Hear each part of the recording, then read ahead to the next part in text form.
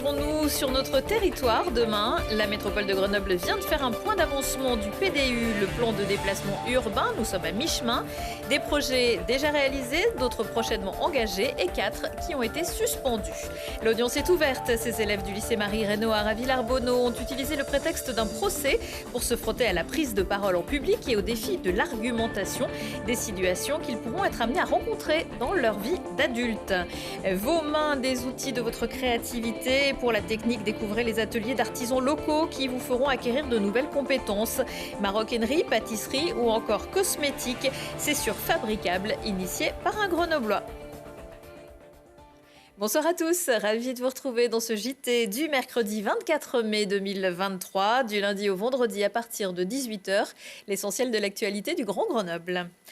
Le corps d'un homme retrouvé criblé de balles dans une voiture en feu vers 3h30 du matin entre mardi et mercredi. La scène se passe avenue Bouchaillé-Vialet à Grenoble devant le CCAS des Eaux Claires. Les sapeurs-pompiers et les policiers ont d'abord été appelés pour des coups de feu et l'incendie de la Clio avant de découvrir dans l'habitacle une personne en arrêt cardio-respiratoire, selon nos confrères du Dauphiné Libéré. Le corps identifié dans la journée qui avait aussi été aspergé d'essence est celui de Mehdi Lefaoui, un Grenoblois de 26 ans, originaire du quartier Mistral et très connu des services de police et justice. L'hypothèse d'un règlement de compte sur fond de trafic de drogue semble donc être la plus probable. Sans avec, à quelques rues de là, c'est le soulagement pour plusieurs syndicats de salariés de la clinique mutualiste, de citoyens de la ville et de la métropole. Sur leur demande, le tribunal judiciaire de Grenoble a placé ce mardi le GHM sous tutelle. De nombreuses manifestations avaient eu lieu depuis octobre 2020, depuis le rachat. Évoquant un péril imminent, les juges ont nommé 2 administrateurs qui devront notamment se charger de vérifier que le groupe AVEC rembourse au GHM ce qu'il lui doit. Et ils pourront surtout se porter partie civile dans les procédures en cours. Interdit de gestion du GHM. Après l'avoir repris il y a donc 2 ans et demi, le PDG d'AVEC, Bernard Ben Saïd, a été mis en examen il y a quelques mois pour prise illégale d'intérêt. Les fortes et soudaines pluies de la nuit dernière à l'origine de coulées de boue en Isère. Entre Gières et Uriage, la route départementale 524 a dû être coupée à la circulation jusqu'aux alentours de 16h ce mercredi. Le temps de permettre à une quinzaine d'agents de la métropole et d'entreprises prestataires d'intervenir. Il a fallu extraire une dizaine de camions de boue. Une déviation a été mise en place pour les 14 000 véhicules qui empruntent cette route, la fameuse Combe de Gières, tous les jours. Coupure de voie également vers Alvar où s'était infiltrée une coulée de boue de 200 mètres de long et 1 mètre de hauteur. Et pour cette dernière, la réouverture est prévue jeudi matin. Les mobilités et les transports dans l'aire grenobloise, c'est la matrice du plan de déplacement urbain. Depuis 5 ans, un certain nombre de mesures ont déjà été mises en place. D'un rapprochement avec le Grésivaudan et le Voironnais à une gratuité partielle pour les plus petits, en passant par une augmentation et une diversification du parc M-Vélo+. À l'occasion d'un point d'avancement qui sera aussi présenté au Conseil métropolitain vendredi. Quelques annonces ont été faites. Théo Laroche et Mirko Pesci. Pas de crainte, ça avance. Les présidents de la métropole et du SMAG rendent compte de l'avancement des dossiers de mobilité. Ils assurent que la dynamique est bien là. Même si les projets du train de Visil et du maillage des trams grenoblois ont été écartés, 76% des projets inscrits dans le plan de déplacement urbain sont soit réalisés, soit en cours de réalisation. Il y a eu des choses qui ont été abandonnées parce que techniquement, administrativement, réglementairement, ce n'était pas possible. Donc on a voulu replacer les choses, 76% est fait ou en cours. Les études d'extension du réseau de tramway, une station de plus à la presqu'île parce qu'il y a le développement de la presqu'île qui se fait par la Seminovia et il est nécessaire de bien desservir. Voté en 2019 par la métropole, le plan de déplacement urbain oriente la politique des mobilités et mettait déjà l'accent sur les mobilités douces telles que le vélo, les transports en commun ou encore le covoiturage. Avec l'élaboration du nouveau plan de développement des mobilités, le SMAG espère aller encore plus loin. Nous allons conforter le diagnostic qui avait déjà été posé dans le plan de déplacement urbain et qui se met en œuvre progressivement. Donc nous avons des études d'extension de lignes de tramway à opérer, notamment sur la ligne D en direction de Grand Place, sur la ligne E en direction de Pont-de-Clé et de Clé, sur la ligne A en direction de Sassenage, transformer des lignes de chronobus pour qu'elles soient encore plus performantes, notamment en les passant en trolleybus. Nous allons aussi évidemment travailler au maillage des parkings relais, des pôles d'échange multimodaux autour des gares. Le réseau métropolitain compte 700 000 usagers et représente 49 communes. Les attentes sont donc aussi nombreuses que variées. La métropole ne compte rien lâcher sur le projet du RER métropolitain qui pourrait desservir les communes périphériques de Grenoble prochainement et la portion Brignoux-Grenoble dès 2027. Et sur le projet de métro câble de plus en plus controversé, les élus ne se sont pas étendus plus que ça, mais assurent que le calendrier devrait être annoncé pour le début de l'année prochaine. Jeudi soir, dans l'émission Envoyé spécial sur France 2, vous pourrez découvrir un film sur un procès en appel pour meurtre, tourné en mars dernier à Grenoble, comme la loi l'autorise désormais, pour permettre aux gens de voir comment se rend la justice et comment travaillent avocats, magistrats et jurés. Dans une moindre mesure, c'est aussi ce qu'ont pu découvrir certains élèves du lycée Marie-Renoir de Villers-Bonneau qui se sont glissés dans la peau des différents protagonistes d'un procès. Jade Lanier.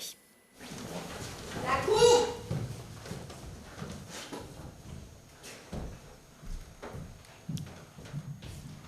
L'audience est ouverte.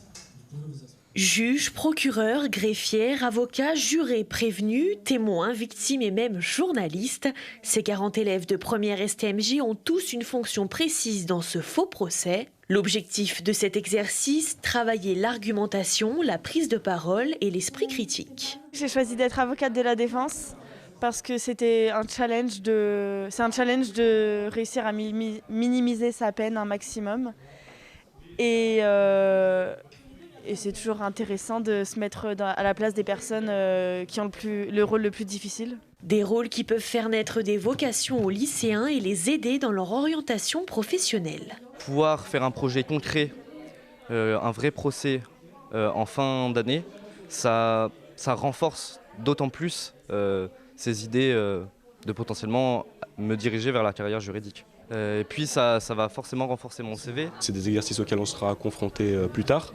Donc c'est quelque chose de très important de s'entraîner dès maintenant. Comme vous l'avez dit, peut-être ce serait pour suivre des éventuelles études de droit ou de commerce, mais dans les deux cas, c'est vrai que ça m'aidera de développer une éloquence et même de la gestion du stress. Initié par Laetitia Daspre-Sargadoy, enseignante en lettres modernes, ce projet Éloquence et procès est basé sur un fait divers réel datant des années 2000, une autre façon d'apprendre aux élèves plus en lien avec des situations de la vie quotidienne. On aimerait leur donner beaucoup d'aisance à l'oral, les mettre dans une situation qui certes leur paraît stressante, mais qui représente peut-être les situations d'oral dans lesquelles ils seront plus tard dans la vie.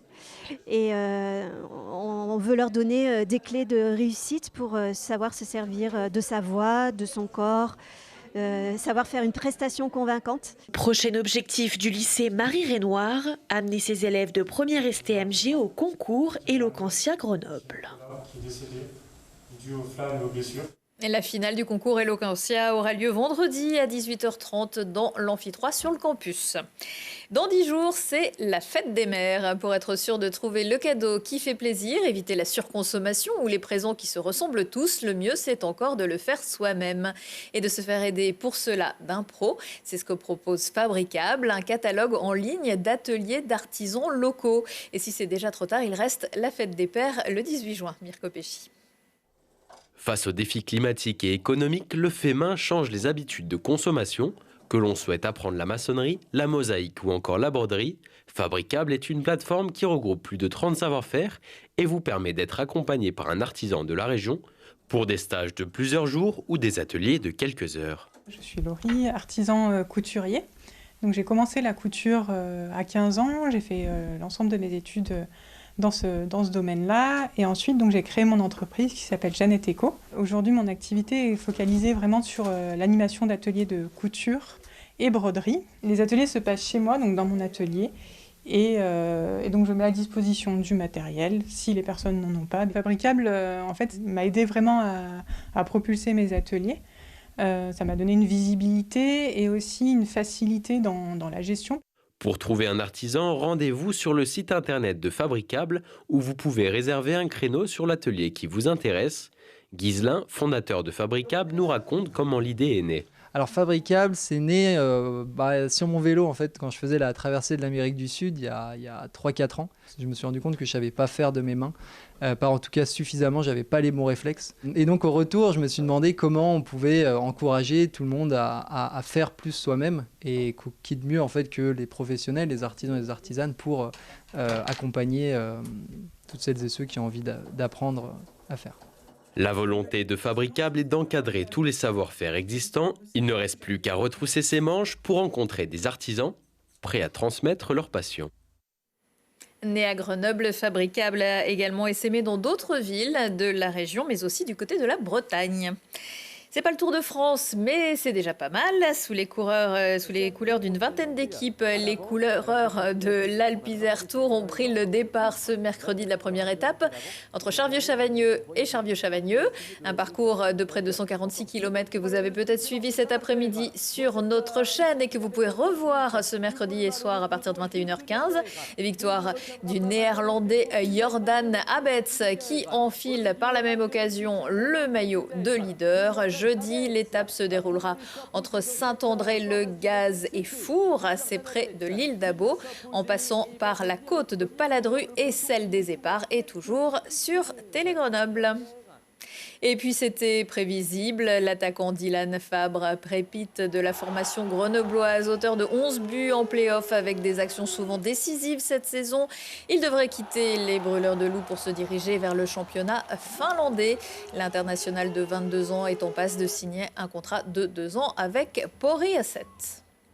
Dans l'agenda, un apéro-concert jeudi soir au Café des Arts de la rue Saint-Laurent à Grenoble avec Inès B. au chant et Jean-Michel Rindon alias Léo Larue à la guitare. De leur rencontre est né un premier album intitulé Lame de fond, suivi d'un second, Le Puzzle, un répertoire nourri d'expériences qui rejoint tous ceux qui traversent l'épreuve de la vie avec courage et sourire. Pêcher des idées à l'Iliade jeudi soir avec De la morue, un spectacle mais pas aux queues de poisson de la compagnie Verticale Détour. À partir d'enquêtes de terrain et de recherches avec des scientifiques, Frédéric Ferrer propose une cartographie théâtrale du monde aussi lucide qu'hilarante. Dans ce 6e épisode, il est donc question de la morue, symbole de la puissance destructrice de l'espèce humaine, surpêchée et aujourd'hui en voie de disparition. Les humains l'attendent désespérément, mais la morue peut-elle revenir? Le JT, lui, revient dans 1 heure et en replay sur télégrenoble.net. Excellente soirée à tous.